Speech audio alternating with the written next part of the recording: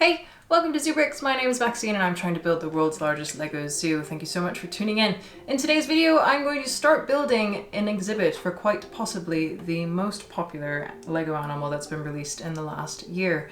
And that is, of course, the wolf. So these wolves were only released, as you probably know, in Series 27 of the collectible minifigures. And I'll put a little link in the description to the scanning app that you can download, where you can scan the large barcodes on the bottom of these boxes to try and find your wolves. I went on a mission just to find 4.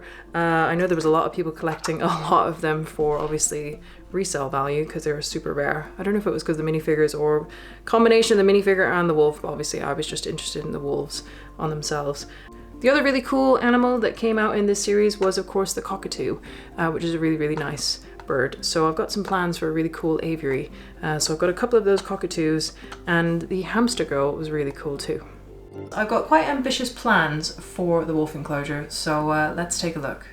This is where I'm kind of up to. I'm kind of trying to decide where to place it before I go diving into more details on it. I've placed the botanical gardens here, which looks okay. I forgot that what I'd done is I'd made like an entrance door, and then at the back there was this single kind of exit door here. So this is going to be like a private, not private, but just quiet area, I guess. It's not really going to be a through path, I don't think, but maybe it could be. There's space.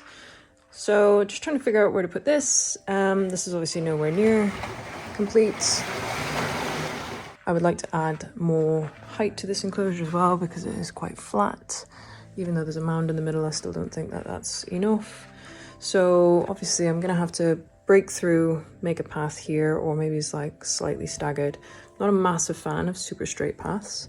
So I could kind of bend around the corner and make the path kind of come up here, so it meets the botanical garden, and then that gives us a little bit more space for the viewing of the wolf enclosure. I'm just trying to figure out which way around to place this.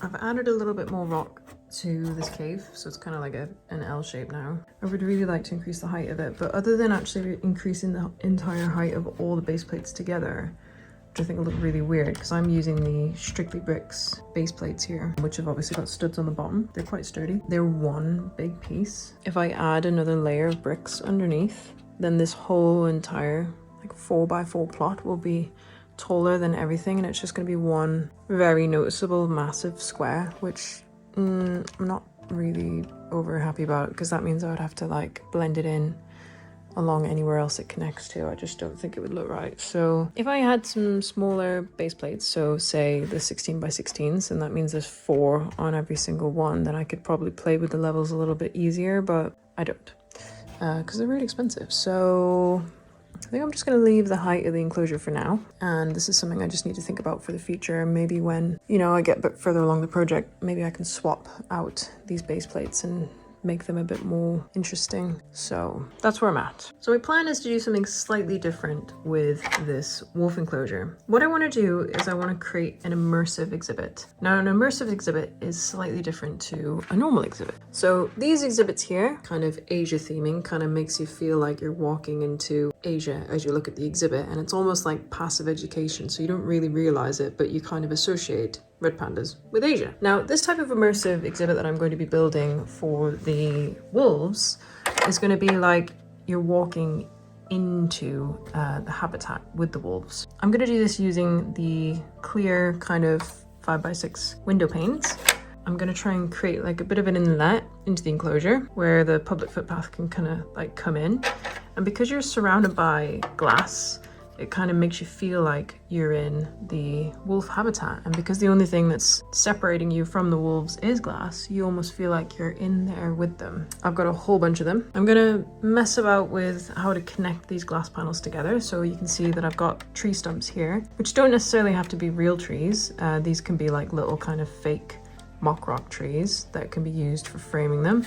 Or I've got little piles of rocks, which I would then continue along the tops of the windows and kind of cap that off with a bit of like mock rock. So I'm gonna see how that looks, but I think the height's pretty good. I think once we add a layer of rock on there, that'll definitely be high enough to keep our Lego wolves in. So I think what I'm gonna do is turn this around like this. Slot it across there like that. And then public footpath's going to come down here. So kind of comes along here. You can go into the botanical gardens, or you can come down here and maybe into like an immersive area. Obviously what we don't want to do is put this barrier too close to here, because then that's a jump risk for the wolves, but it might be quite cool to kind of have the barrier go around like this, and then maybe open up this path a little bit so there's a bit of viewing from there potentially. And then of course there'll be a bit of viewing as it moves around here as well. I'm just gonna have a play around with it and see how it's gonna look. Okay, so I've ran out of those little 1x1 blue tiles, which is a bit of a shame, so I can't quite finish the path off. You'll notice that there's some large chunks that appear to be missing, but actually what I'm going to do is plant these areas up around that fence. That's going to be planted up there as well, because sometimes when you're at zoo exhibits, not every single window you can get right up to. Kind of almost gives the animals a little bit of a barrier. The public can get right up to these two windows here, but then they come around the corner, there's going to be a bit of a garden planted up area. And obviously they come into this bit here where they have full access to all of these windows. And then come back around the corner, there'll be space for garden here, then get access to this window, and then probably not so much this one. So far, I've put a lot of glass panels along the front here, which is where obviously all the visitors can be. I'm toying with the idea of actually getting rid of all of these ones and putting either like a brick wall in like that one, or going for a wood wall like that one, just to give the wolves a bit of privacy and a bit of screening. Obviously it can get quite busy and noisy over at the cafe, so it might be quite stressful. And obviously there's never an exhibit where you really want public to have 360-degree access, because that can be quite stressful for the animals. So like, for example, if you look at this red panda enclosure here, the public have got probably about 40% access to their exhibit, same as the otters. The small mammals is just got a little bit of front there. Goats has probably got the most, so it goes all the way around there to there, and there's no viewing here. So, you know, you don't ever want to make an exhibit and or make the animals feel completely surrounded by people. Wolves are quite shy, and to be out in the open in an exposed kind of area here, we kind of need to give them a bit of cover. So obviously I have got a whole bunch of trees that I'm going to be planting in here, making it into like a conifer forest. I'll continue these trees on so they actually become fully big structures that'll provide shade, so that might encourage the animals to want to spend time here. But realistically, I think in real life you'd probably not put as much glass all the way around here, so I might alter that slightly. But from a viewing point of view for the minifigures, it's great. And of course this little viewing area here leads them straight into viewing into where the little cave is, which is pretty cool. And then we've got to look at our jump distances as well. So if a wolf's on top of here, that is pretty close. But I'm going to use my Lego plastic, never going to move licensing, and just going to live with that. I also don't really want this enclosure to get any bigger than it is, so I am actually going to finish it along here. Realistically, that's probably a little bit tight from a jump point of view, but again, I'm going to use a little bit of artistic licensing, and it's going to cut up the back here. And of course, the other thing I need to consider is keeper access and management facilities. So what we really need to be able to do is split this enclosure so that the keepers are able to move the animals from one area to another safely, secure them, and then the keepers can access that area of the enclosure.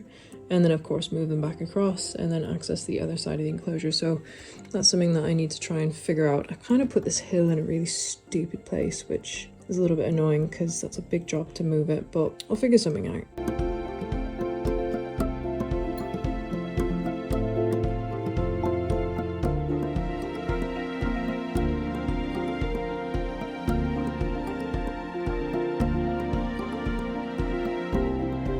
So I've changed layout of the enclosure quite a bit. I did originally have another wall going here and I had it split into 3, but it just looked too confusing. I've made it work with 2 enclosures. So one main enclosure and then one kind of like holding enclosure at the back. I've had to pull that away a little bit just so that a wolf can't jump off the top and into there, because that would be a disaster. So I've got all of these kind of coniferous trees that I've made for the enclosure. I've got some of the new kind of tree trunk based pieces that are in the Animal Crossing sets. So I've got a few of them to dot around. The trees will be the last thing that I add, but I think to try and make my life easy, because I'm about to do all of this stuff, I think what I'm going to do is like place the bases of the trees where they need to be, plant everything around it and then plonk the trees on at the very end, just because it's going to be really awkward trying to fit everything in place. I wasn't planning on putting any trees in this back enclosure just because there's not enough space in here really, so what I'm going to do is build some artificial platforms in there, maybe some like bits of shelter, just because right here it's very exposed, so it's just nice for them to have a little bit of shelter. So I'll do that last, I think, but now I'm going to get to planting.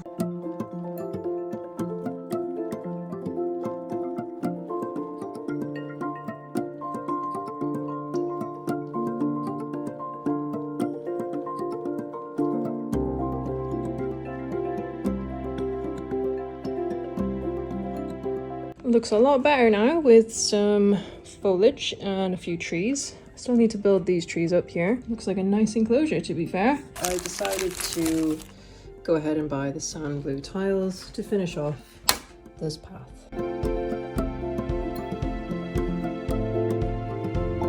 Now that I've finished the footpath, the other thing that I did was order a little bit more of this reddish brown modified 2x1 brick.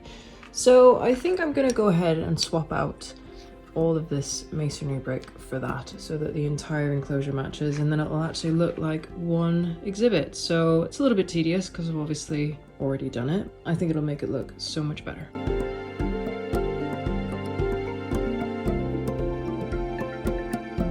Here is where I'm up to so far on the first kind of part of this build. I've got 3 big conifer trees in the enclosure, but I still need to build a few more to go around here to finish that off. I've done the rest of the tiling for the visitor footpath, but I need to add a whole bunch of planting in all of these areas to kind of create these little bit of a standoff around the actual enclosure. I need to add some keeper footpath to access the off-show holding area. I've already changed this wall here so it all blends in. Need to plant this up. Need to still add some platforms or something in here, because obviously there's nothing in there for the wolves. And of course we need the wolves to move in. I hope you enjoyed part 1 of building the wolf enclosure, and I hope you'll join me again soon to see these new animals move into the zoo. And if you haven't done already, please do remember to like this video and subscribe to the ZooBricks channel.